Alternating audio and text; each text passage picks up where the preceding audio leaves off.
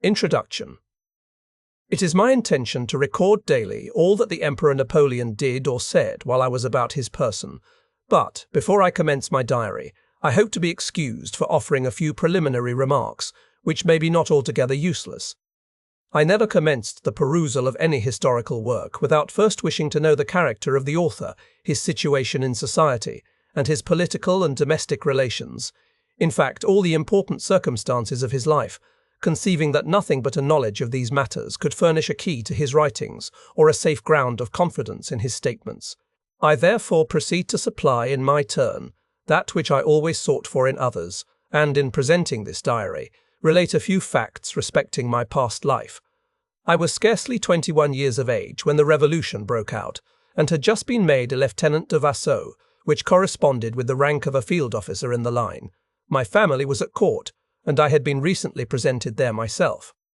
I was not rich, but my name and rank in life, together with my professional prospects, were likely, according to the calculating spirit of the times, to enable me to marry according to my wishes. It was at such a moment that our political troubles burst forth. One of the principal vices in our system of admission to the service was that of depriving us of the benefits of a solid and finished education. Withdrawn from school at the early age of 14, abandoned from that instant to ourselves, and launched, as it were, on a wide waste, how was it possible to attain the slightest notion of social organization, public rights, or the duties of civil life? Thus, prompted by noble prejudice, rather than by a just sense of duty, above all led on by a natural fondness for generous resolves, I was amongst the first to hasten abroad and join our princes, to save, as it was said, the monarch from revolutionary fury, and to defend our hereditary rights, which we could not, it was asserted, yet abandon without shame. From the mode in which we had been educated, it required either a very strong head or a very weak mind to resist the torrent. The emigration soon became general. This fatal measure is but too well known to Europe, nor can its folly, as a political blunder and a social crime, find any excuse in the present day, except in the unenlightened but upright character of most of those by whom it was undertaken. Defeated on our own frontiers, discharged and disbanded by foreigners, rejected and proscribed by the laws of our country, numbers of us reached England, whose ministers lost no time in landing on the shore of Quiberon. Being so fortunate as not to disembark, I had, after my return, time to reflect on the horrible alternative of fighting against our country under foreign banners, and from this moment my ideas, principles, and projects were either disconcerted or entirely changed. Despairing of events, abandoning the world and my natural sphere, I devoted myself to study and, under a borrowed name, went through a second course of education in attempting to assist that of others. After a lapse of some years, the Treaty of Amiens and the amnesty offered by the first consul reopened to us the gates of France. I had no longer any property there. The laws had disposed of my patrimony, but can anything make us forget our native soil or destroy the charm of breathing the air of our own country? I hurried back and was grateful for a pardon, rendered more acceptable, since I could say with pride I received it without having any motives of self-reproach. When monarchy was proclaimed soon after, my situation and sentiments were of the most singular description. I found myself a soldier, punished for a cause that had triumphed. Every day brought us back to our former ideas. All that had been dear to our principles and prejudices was renewed, and yet delicacy and honour rendered it a kind of duty in us to keep at a distance. It was in vain that the new government loudly proclaimed the union of all parties, and equally so, that its chief had declared he would no longer recognize any but Frenchmen in France. In vain had old friends and former companions offered me the advantages of a new career to be chosen by myself. Unable to subdue the conflicting feelings which agitated my mind, I obstinately persevered in a system of self-denial, and devoting all my time to literature, I composed, under a feigned name, an historical work that re-established my fortune, after which I passed 5 or 6 of the happiest years of my life. Meanwhile, unprecedented events succeeded each other with extraordinary rapidity. They were of such a nature and bore so peculiar a character that it became impossible for any person whose heart possessed the least predilection for whatever was great or noble to view them with indifference. The glory of our country was raised to a pitch unknown in the history of any other people. The administration of affairs was unexampled, not less by its energy than the consequences it produced. A simultaneous impulse, which was suddenly given to every species of industry, excited the emulation of all at the same moment. The army was unrivaled, striking terror abroad and creating a just pride at home. Every day added to the number of our trophies, while numerous monuments proclaimed our exploits, the victories of Austerlitz, Jena, and Friedland. The treaties of Presburg and Tilsit had constituted France the first of nations, and made her the arbitress of Europe. It was a signal honour to be a Frenchman, and yet all these exploits, labours, and prodigies were the work of one man. For my own part, whatever might have been my former prepossessions and prejudices, I was now filled with admiration, and, as we all know, there is but one step from admiration to affection. It was precisely at this period that the Emperor called some of the first families of France round his throne, causing it to be circulated amongst the rest, that he would consider those who remained aloof as bad Frenchmen. I did not hesitate for an instant. I have, said I to myself, fulfilled the obligation of my natural oath, that of my birth and education, to which I have continued faithful until its extinction. Our princes, too, were no longer thought of. We even doubted their existence. The solemnities of religion, the alliance of kings, all Europe, and the splendour of France, henceforth taught me that I had a new sovereign. Had those who preceded us made so long a resistance to such powerful efforts before rallying round the first at the Capes? I answered, therefore, for myself, that happy in being thus enabled to obey a call which removed me with honour from the delicate situation in which I was placed, freely and spontaneously transferred the zeal, loyalty, and attachment which I had constantly cherished for my old masters to the new sovereign. The result of this step was my immediate admission at court. In this state of things, I felt extremely anxious that my recent protestations should be ratified by deeds. The English had invaded Flushing and threatened Antwerp. I therefore hastened to assist in the defence of the latter place as a volunteer, and, on the subsequent evacuation of Flushing, my nomination to the office of Chamberlain called me near the person of the Emperor. Being desirous of adding some more useful occupation to the duties of this honourable post, I solicited and obtained a seat in the Council of State. Hence followed several confidential missions. I was sent to Holland at the period of its union to the French Empire, in order to receive whatever related to the naval department, then to Illyria for the purpose of liquidating the public debt, and afterwards over half the empire to superintend establishments of public beneficence. During our late misfortunes, I received some consoling proofs that the inhabitants of the countries to which I had thus been sent were not dissatisfied with my conduct. Providence had, however, placed a limit to our prosperity. The catastrophe of Moscow, the disasters of Leipzig, and the siege of Paris are well known. I commanded in that city one of the legions which acquired honours by its severe losses on the 31st of March. When the capitulation took place, I gave up the command, feeling that other duties were to be performed near the person of my sovereign, but could not reach Fontainebleau in time.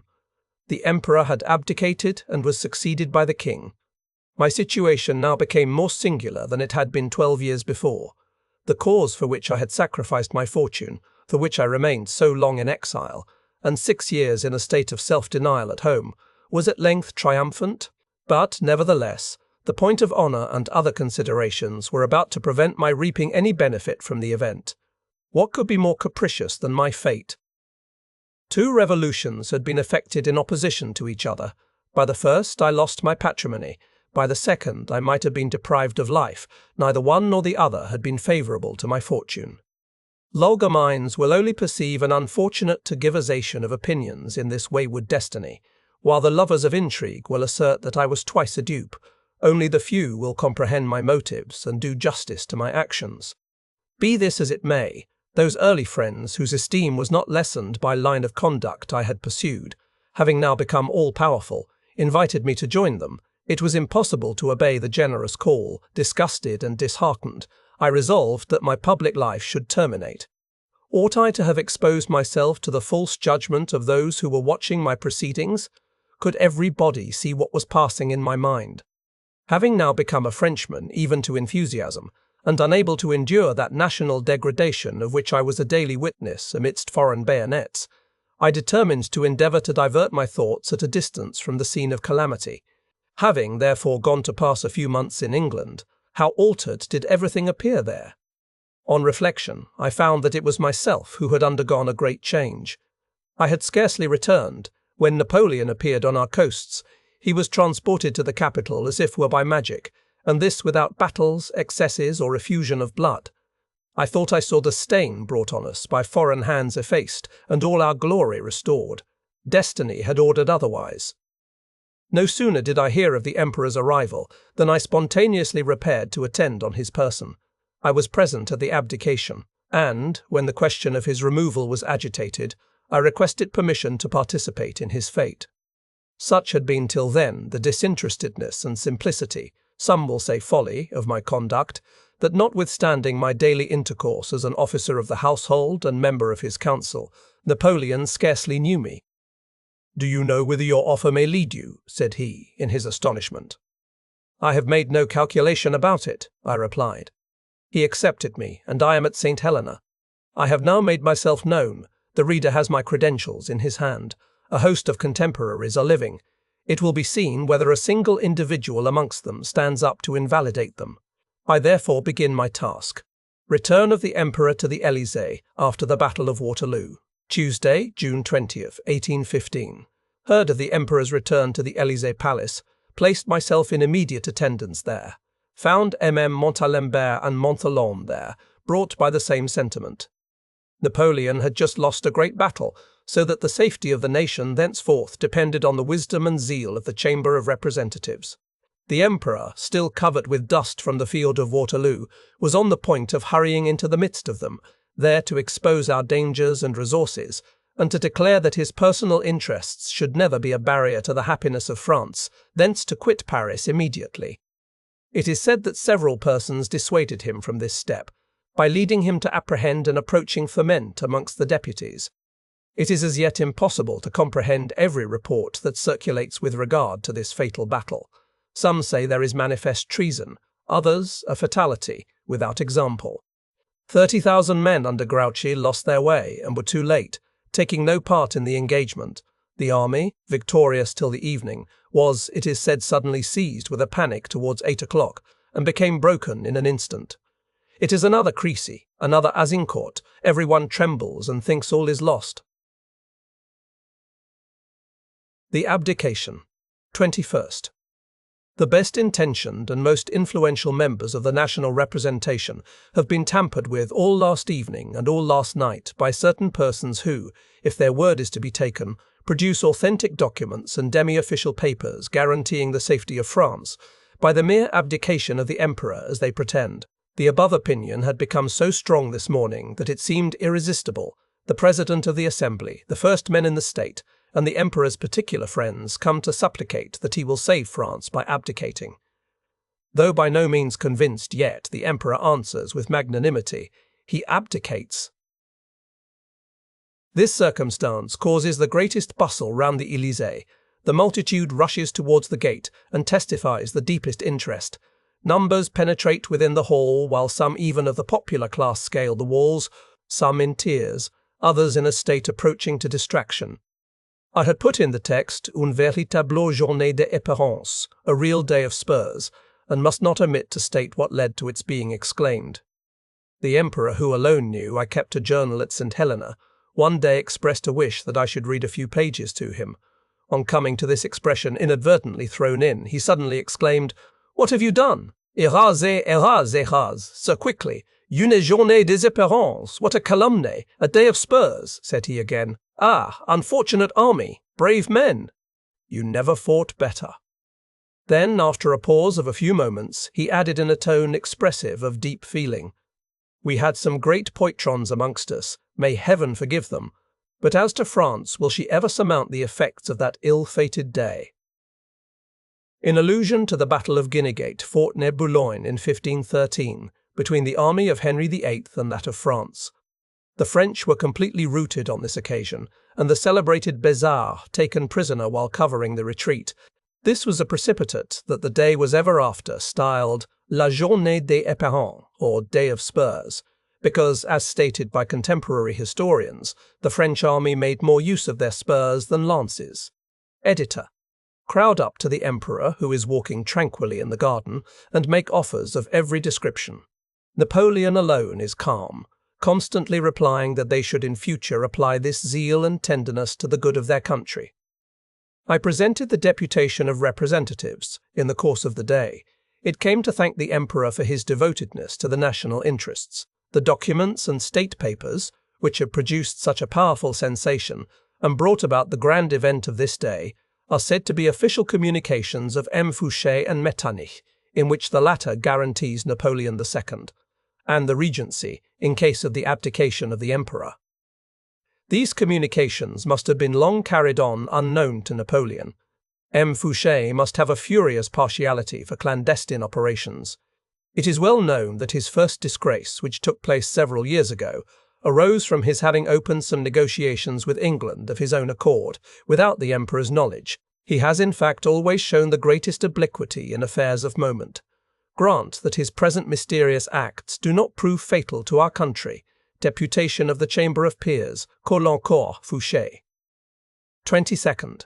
Went home to pass a few hours at my own house. In the course of this day the deputation of the peers was presented. A portion of the provisional government was named in the evening. Caulaincourt and Fouché, who were of the number, happened to be with us in the antechamber. We complimented the first on his nomination, which was, indeed, only to congratulate ourselves on the public good. His reply was full of alarm. "We applaud the choice hitherto made," said we. "It is certain," observed Fouché with an air of levity, "that I am not suspected." "If you had been," rudely rejoined the deputy Boulet de la Meurthe, who was also present, "be assured we should not have named you."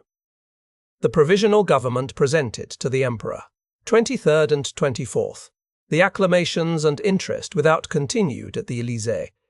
I presented the members of the provisional government to the Emperor, who, in dismissing them, directed the Duc de Crès to see them cut. The Emperor's brothers, Joseph, Lucien, and Jerome, were introduced frequently through the day, and conversed with him for some time. As usual, there was a great multitude of people collected round the palace in the evening. Their numbers were constantly increasing. Their acclamations and the interest shown for the Emperor created considerable uneasiness amongst the different factions. The fermentation of the capital now became so great that Napoleon determined to depart on the following day. The Emperor quits the Élysée. 25th. I accompanied the Emperor to Malmaison, and again requested permission to follow his future fortunes. My proposal seemed to create astonishment, for I was still only known to him by my employments, but he accepted the offer. 26th. My wife came to see me. She had divined my intentions. It became a somewhat delicate task to avow them, and still more difficult to convince her of their propriety. "My dear friend," said I, "in following the dutiful dictates of my heart, it is consoling to reflect that your interests are not thereby prejudiced. If Napoleon II is to govern us, I leave you strong claims to his protection. Should heaven order it differently, I shall have secured you a glorious asylum, a name honoured with some esteem. At all events, we shall meet again, at least in a better world." After tears and even reproaches, which could not but be gratifying, she consented to my departure, exacting a promise, however, that I would allow her to join me without loss of time. From this moment, she manifested a courage and strength of mind that would have animated myself in case of necessity. The Minister of Marine comes to Malmaison. 27th. I went to Paris for a short time with the Minister of Marine, who came to Malmaison on business respecting the frigates destined for the Emperor. He read me the instructions drawn out for the commanders, said His Majesty depended on my zeal, and intended taking me with him, adding that he would take care of my family during my absence.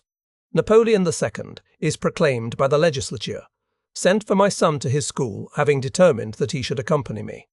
We prepared a small parcel of clothes and linen, then proceeded to Malmaison, accompanied by my wife, who returned immediately.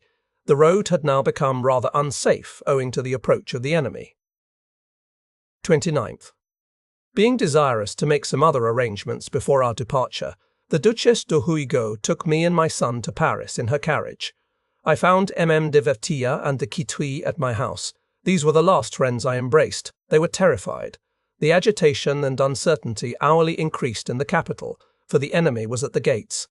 On reaching Malmaison, we saw the bridge of Chateau in flames. Guards were posted round the palace, and it became prudent to remain within the park walls. I went into the Emperor's room, and described how Paris had appeared to me, stating the general opinion that Fouché openly betrayed the national cause, and that the hopes of all patriots were that His Majesty would this very night join the army, who loudly called for him. The Emperor listened to me with an air of deep thought, but made no reply, and withdrew soon after. Napoleon quits Malmaison and departs for Rochefort. 29th and 30th. A cry of "Long live the Emperor!" was continually heard on the great road to Saint-Germain. It proceeded from the troops who passed under the walls of Malmaison. Towards noon, General Becker came from Paris, sent by the Provisional Government. He told us with feelings of indignation that he had received a commission to guard and watch Napoleon. On my return to Europe, chance threw the following documents in my way relative to the above circumstance. I transcribe them here because I believe they are unknown to the public. They have been copied from the originals and require no commentary. Copy of a letter from the Commission of Government to Marshal Prince d'Ecmule, Minister at War, Paris, June 27, 1815.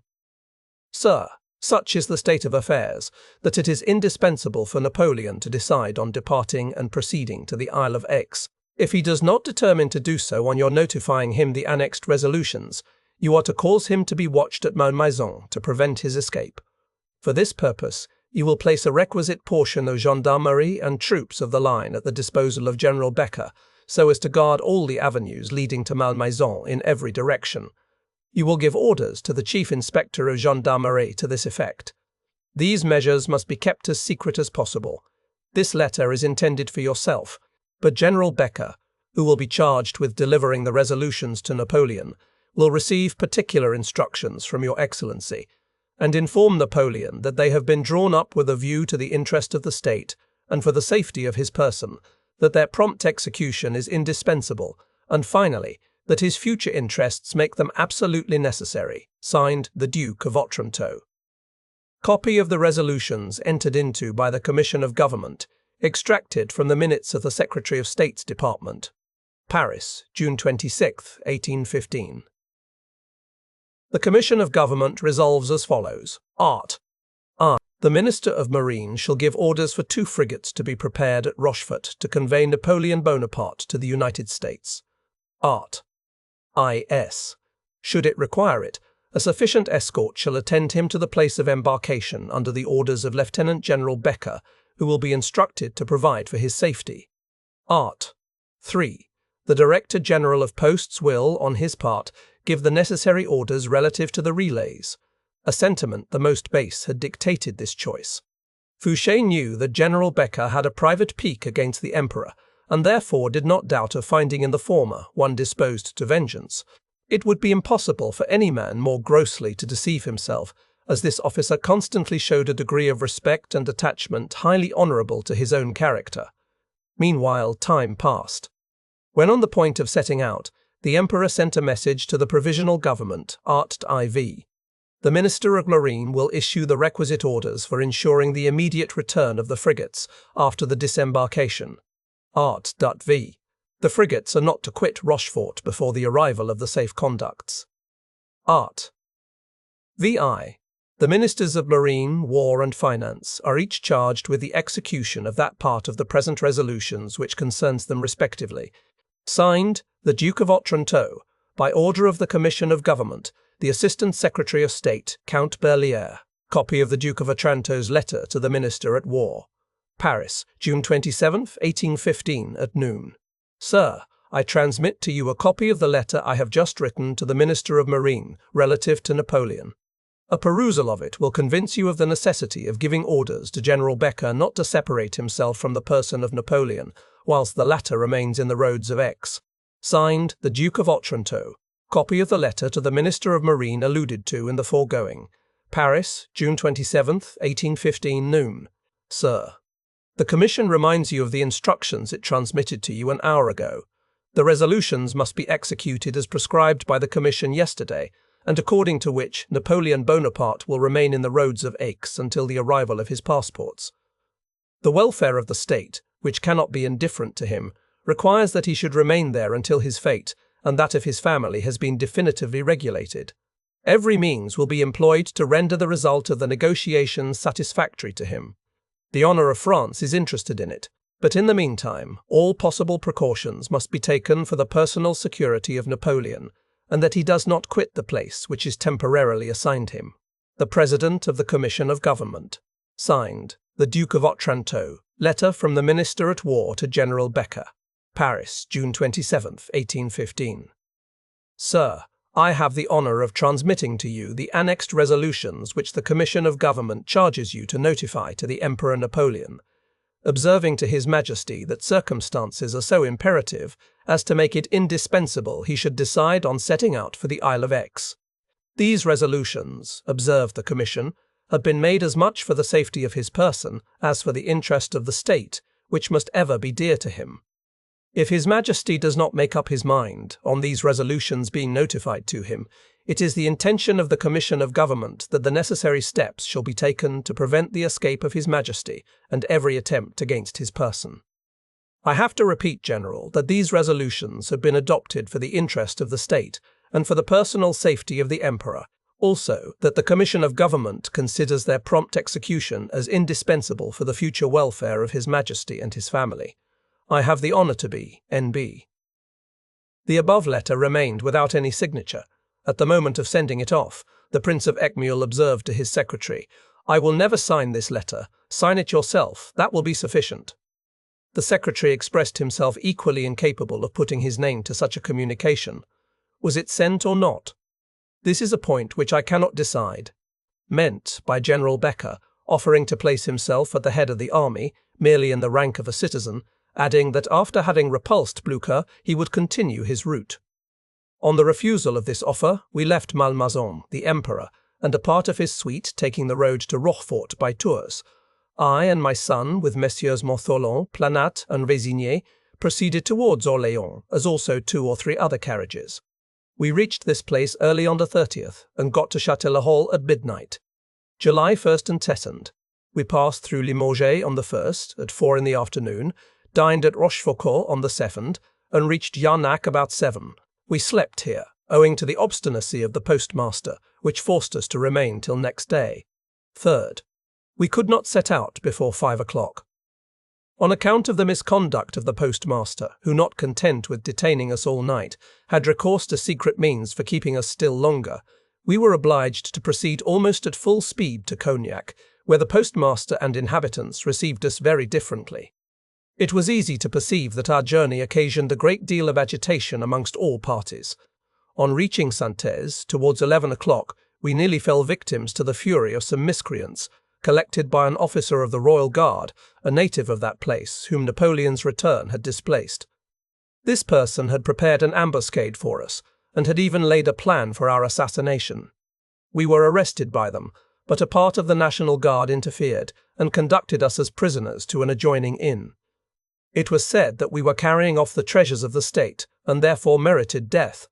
Some of them, who pretended to be the most distinguished inhabitants, and above all the women, were the most outrageous, and called for our immediate execution. We saw these females defile in succession before some windows that were open near our temporary prison, in order that their insults should not be lost on us. It will scarcely be credited that they went so far as to grind their teeth in sign of hatred, and from vexation at seeing the indifference we displayed, yet they formed the fashionable circle of Saintes. Could Raoul be in the right when he told the Emperor, during the 100 Days, that as for Jacobins, he had a right to know something of them, protesting that the only difference between the blacks and whites was that the former wore wooden shoes and the latter silk stockings. Prince Joseph, who was passing through Saintes unknown to us, came to increase the interest of our adventure. He was also arrested and conducted to the prefecture, but highly respected. The windows of the inn faced a large square, which continued to be filled with an agitated and hostile rabble who were extremely violent and abusive. I found an old acquaintance in the under-prefect, who was thus enabled to state who we were. The carriage in which we travelled was next examined, while we ourselves retained in a species of solitary confinement. I obtained leave, however, to visit the prince about 4 o'clock. While on my way to the prefecture, and though guarded by a non-commissioned officer, several individuals addressed me. Some put notes secretly into my hands. Others whispered something friendly, while all united in assuring me we might feel perfectly tranquil, for the patriots and well-intentioned inhabitants would protect us. Towards the evening we were allowed to depart, and by this time things had so totally changed that we left the inn amidst the most lively acclamations. Females of the lower classes, in tears, kissed our hands. Many persons offered to accompany us, that we might avoid the enemies of the emperor, who, they said, lay in wait to murder us at a short distance from the town. This singular transition was in some degree due to the arrival of numbers of country people and federates, who gave an immediate turn to public opinion. Fourth, on approaching Rochefort, we met a party of gendarmerie, who, on the report of our reception at Saint-Ace, had been dispatched to meet us. We arrived at this place about 2 o'clock in the morning. The emperor had reached it on the preceding evening. Prince Joseph arrived in the afternoon, when I conducted him to the emperor. I profited by the first moment of leisure to inform the President of the Council of State why I absent myself. Rapid and important events, said I, obliged me to quit Paris without the necessary leave of absence. The peculiarity and importance of the case led to this irregularity. Being in attendance on the emperor at the moment of his departure, it was impossible to see the great man, who had governed us with so much splendour, and who banished himself to facilitate the tranquillity of France, of whose power nothing now remains but its glory and name. I repeat that I could not allow him to depart without yielding to the desire of following his steps. During the days of his prosperity, he condescended to bestow some favours on me. I now owe him all that I can offer, whether of sentiment or of action. The following is the emperor's itinerary during the journey. Left Paris on the 29th June, and slept at Bamboulier, at Tours on the 30th, and at Niort on the 1st July. Left Niort on the 2nd, and reached Rochefort on the 5th, remained there till the 8th, embarked on board the Bellerophon on the 15th. 5th, 7th. At Rochefort, the emperor no longer wore a military dress. He lived at the prefecture. Numbers were constantly grouped round the house, and acclamations continued to be frequently repeated. The emperor appeared 2 or 3 times at the balcony. Numerous proposals were made to him, both by generals who came in person and others who sent emissaries. During our stay here, the emperor has led the same sort of life as if at the Tuileries. We do not approach his person more frequently. He scarcely receives any persons but Bertrand and Savary, so that we are reduced to reports and conjectures as to all that concerns him. It is, however, evident that, in the midst of this state of agitation, he continues calm and resolute, even to indifference, without manifesting the least anxiety. A lieutenant of our navy, who commands a Danish merchant ship, has generously offered to save the emperor. He proposes to take him on board alone, engages to conceal his person in such a way that it will escape the severest scrutiny, and, moreover, will immediately set sail for the United States. He demands but a small sum by way of indemnifying his owners for any loss they may sustain through his enterprise. Bertrand agrees under certain conditions which he has drawn out in my name. I have signed this fictitious bargain in presence, and under the eyes of the maritime prefect. Embarkation of the Emperor. 8th. The Emperor proceeded to Foras in the evening, followed by the acclamations of the people wherever he passed. He slept on board the Salle, which he reached about 8 o'clock. I did not arrive till a much later hour, having had to accompany Madame Bertrand in another boat, and from a different point. 9th. I attended the Emperor, who disembarked at an early hour in the Isle of Aix. He visited all the fortifications, and returned on board to breakfast. 10th. I was dispatched towards the British cruisers with the Duc de Rovigo early in the morning, to know whether they had received the passes which had been promised to us by the Provisional Government to proceed to the United States. The answer was that they had not, but that the matter should be instantly referred to the Commander-in-Chief. Having stated the supposition of the Emperor's setting sail with the frigates under flags of truce, it was replied that they would be attacked. We then spoke of his passage in a neutral bottom, and were told in reply that all neutrals would be strictly examined, and perhaps even conducted to an English port, but we were recommended to proceed to England, and it was asserted that in that country we should have no ill usage to fear. We returned at 2 in the afternoon, the Bellerophon having followed soon after anchored in Basque Roads, in order to be nearer us, so that the ships of both nations were now in view of and very near each other. On reaching the Bellerophon, the captain had addressed us in French. I was not eager to inform him that I knew something of his own language. Some expressions which passed between him and his officers might have injured the negotiation, had I seemed to understand them. When a short time after it was asked whether we understood English, I allowed the Duke of Rovigo to reply in the negative. Our situation was quite sufficient to remove any scruples I might have otherwise entertained, rendering this little deception very pardonable. I only mention this circumstance because, as I remained a fortnight amongst these people, I was compelled to impose a tiresome restraint upon myself to avoid disclosing what I had concealed in the first instance. In fact, though I could read the language with facility, yet owing to an absence of 13 years and consequent want of practice, it was with considerable difficulty I understood English when spoken. 11th. All the outlets being blockaded by English ships of war, the Emperor seemed extremely uncertain as to which plan he would pursue. Neutral vessels and chasse-marées, manned by young naval officers, were suggested for his conveyance. Propositions also continued to be made from the interior. 12th. The Emperor disembarked at the island of Aix amidst cries of exultation on every side. He quitted the frigates in consequence of the commandants having refused to sail, whether from weakness of character or owing to his having received fresh orders from the provisional government is not known. Many were of opinion that the attempt might be made with some probability of success, but it must be allowed that the winds still continued unfavourable. 13th. Prince Joseph visited his brother in the course of the day. Towards 11 at night, the Emperor was on the point of embarking in one of the chasse-marées. 2 having been prepared, and some property and attendants already on board. M. de Planat was in one of them. Small vessels, not unlike loggers, and usually employed as coasting vessels in France. 14th. I returned to the Bellerophon at 4 in the morning, accompanied by General Lallemande, to ascertain whether any answer had been received. The captain told us he expected it every moment, adding that if the Emperor would embark immediately for England, he had instructions to convey him thither. He still farther declared it as his private opinion, and several captains who were present expressed themselves to the same effect, that there was not the least doubt of Napoleon's meeting with all possible respect and good treatment, that there neither the king nor his ministers exercised the same arbitrary authority as those of the continent, that the English people possessed a generosity of sentiment and liberality of opinion far above sovereignty itself. I replied that I would return and communicate the captain's offer to the Emperor, as well as the whole of his conversation. I added that I thought I had a sufficient knowledge of the Emperor Napoleon's character to induce a belief that he would not feel much hesitation in proceeding to England thus confidentially, so as to be able to continue his voyage to the United States.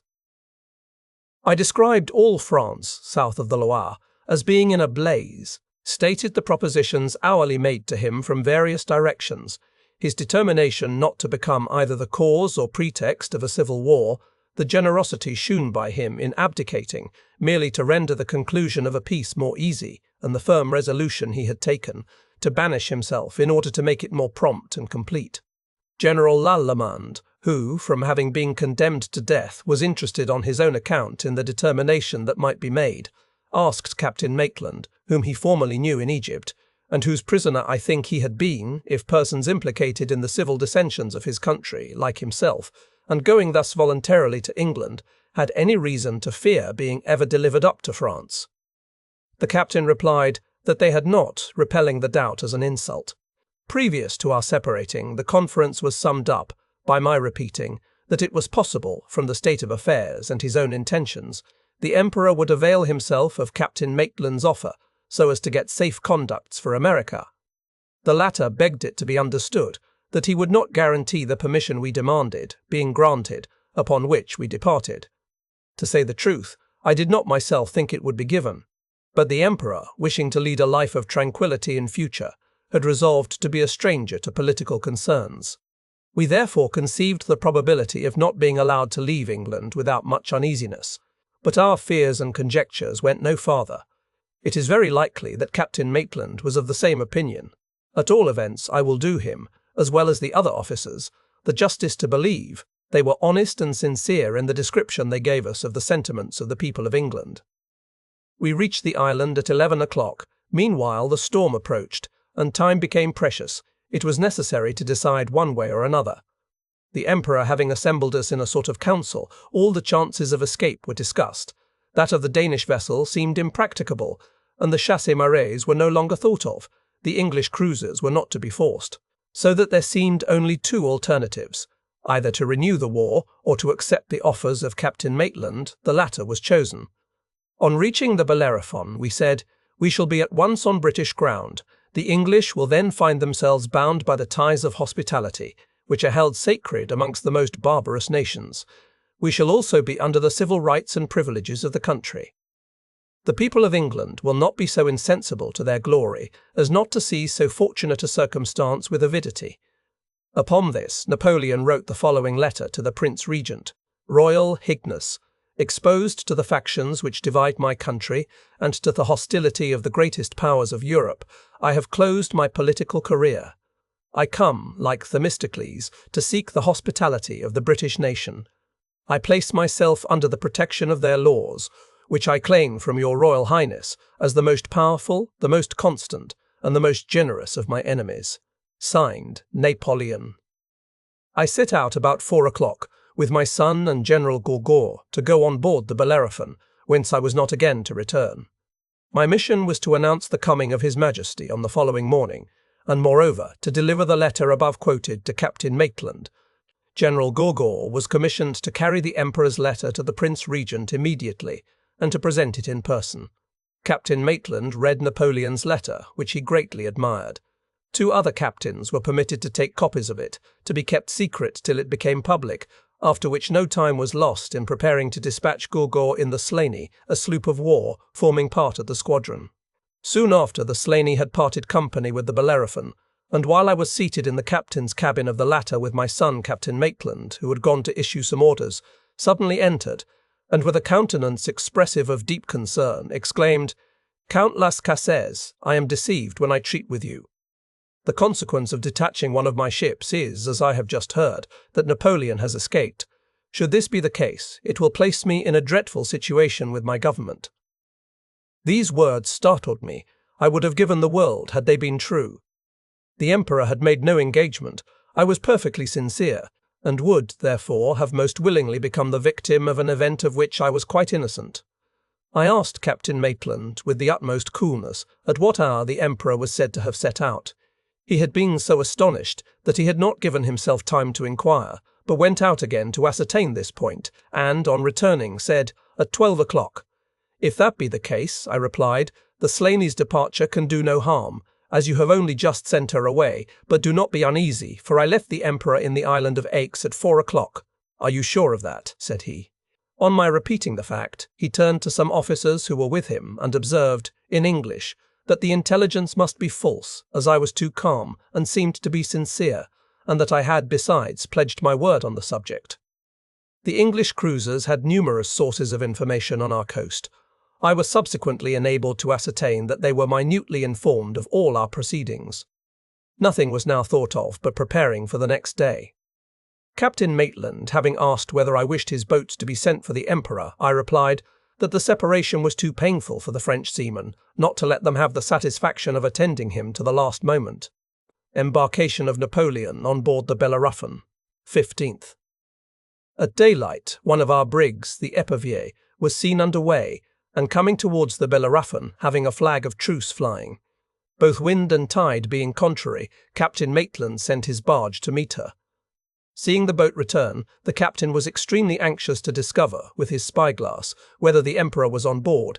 He frequently begged I would look myself, but I could not as yet reply with certainty. At length the matter was placed beyond farther doubt, as the Emperor came alongside, surrounded by all his attendants. I stood at the gangway to present Captain Maitland, to whom he said, "I come on board your ship to place myself under the protection of the laws of England." The captain then led him into his cabin, of which the Emperor was immediately put in possession. All the officers of the Bellerophon were presented to him soon after, this ceremony over. He came out of the cabin and visited every part of the ship during the morning. I related the alarm felt by Captain Maitland the preceding evening, relative to his escape. The Emperor did not see the matter in the light in which it had appeared to me. What had he to fear? He asked in an emphatic and dignified manner. Were not you in his power?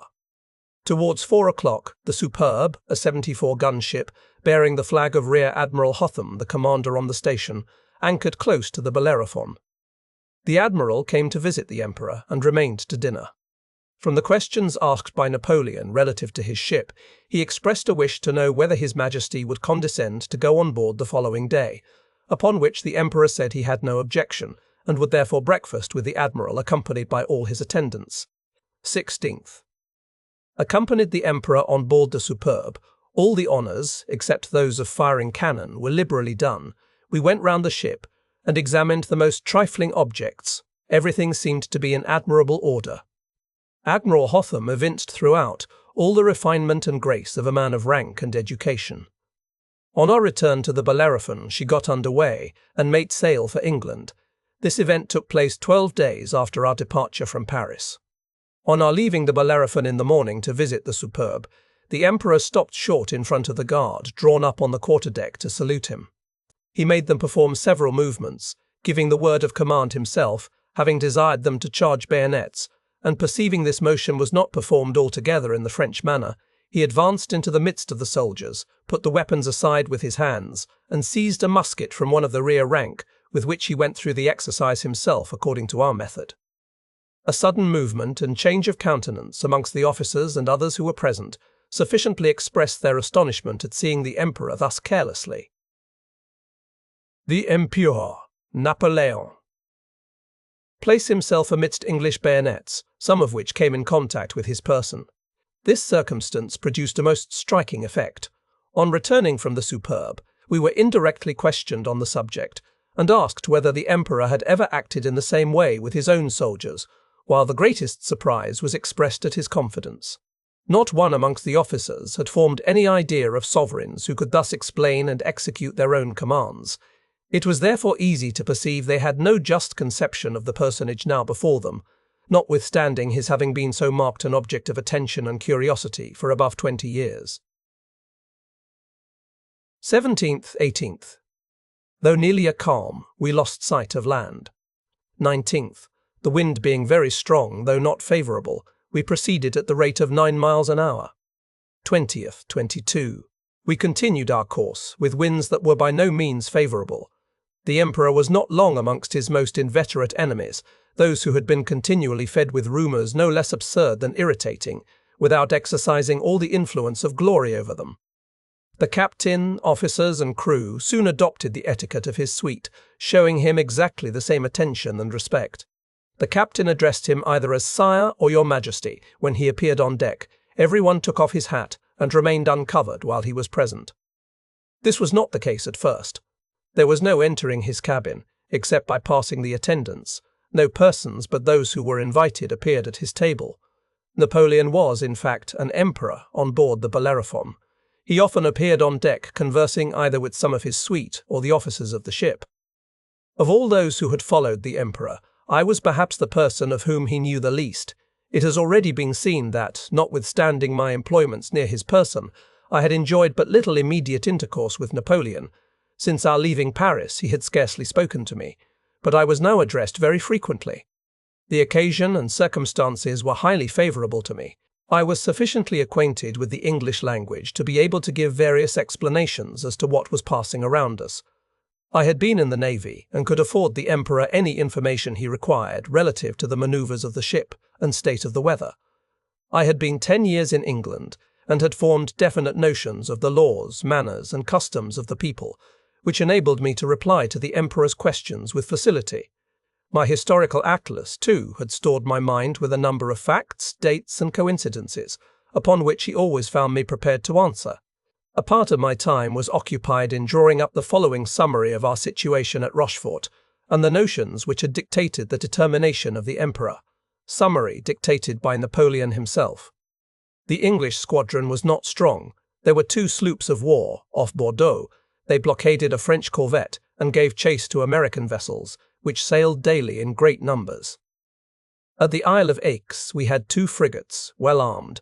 The Vulcan corvette, one of the largest vessels of its class, and a large brig lay in the roads. The whole of this force was blockaded by an English 74 of the smallest class and an indifferent sloop or 2. There is not the least doubt that by risking the sacrifice of 1 or 2 of our ships, we should have passed. But the senior captain was deficient in resolution and refused to sail.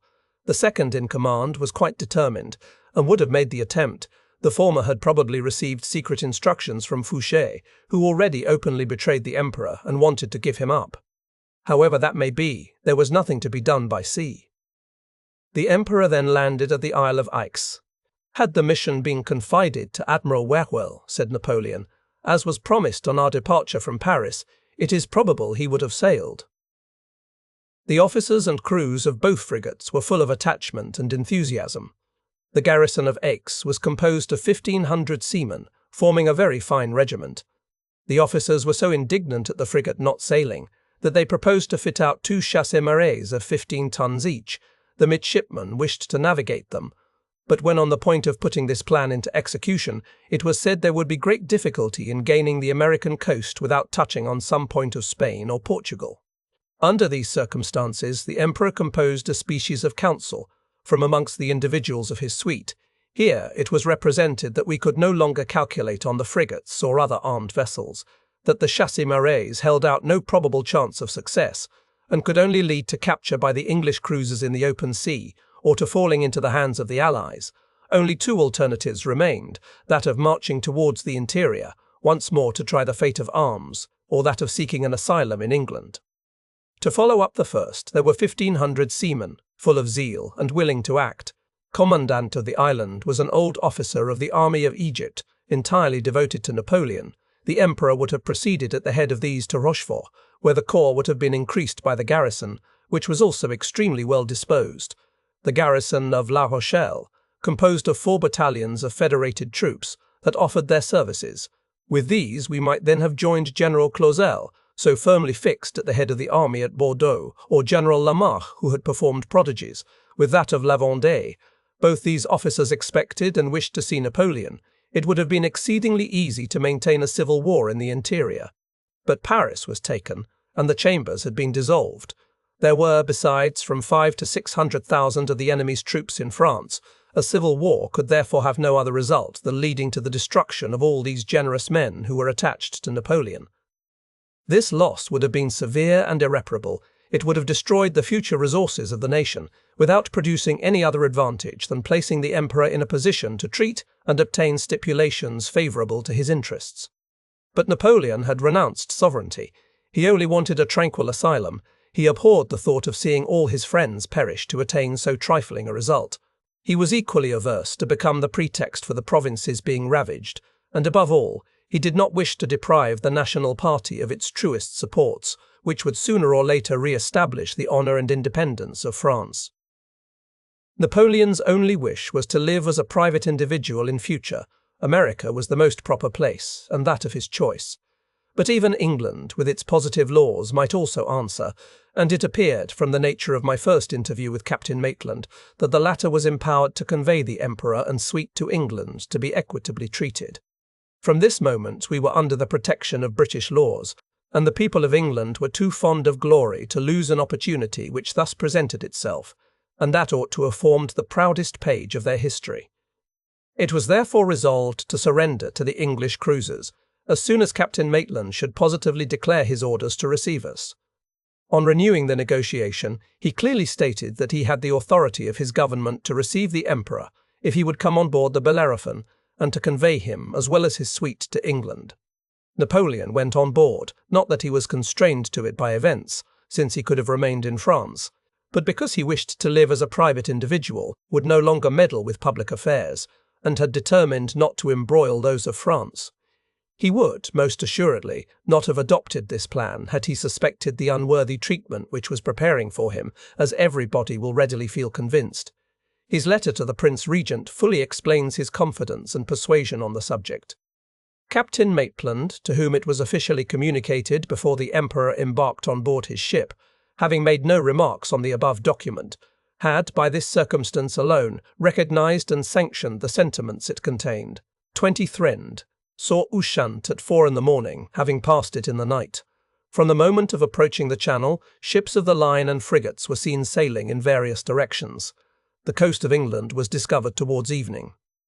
24th. We anchored at Torbay about 8 in the morning. The Emperor had risen at 6 and went on the poop, whence he surveyed the coast and anchorage. I remained by his side to give the explanations he required. Captain Maitland immediately dispatched a messenger to Lord Keith, the Commander-in-Chief at Plymouth. General Gourgaud rejoined us. He had been obliged to give up the letter for the Prince Regent. He had not only been refused permission to land, but prohibited from all communication. This was a bad omen, and the first indication of those numberless tribulations which followed. No sooner had it transpired that the emperor was on board the Bellerophon than the bay was covered with vessels and boats full of people.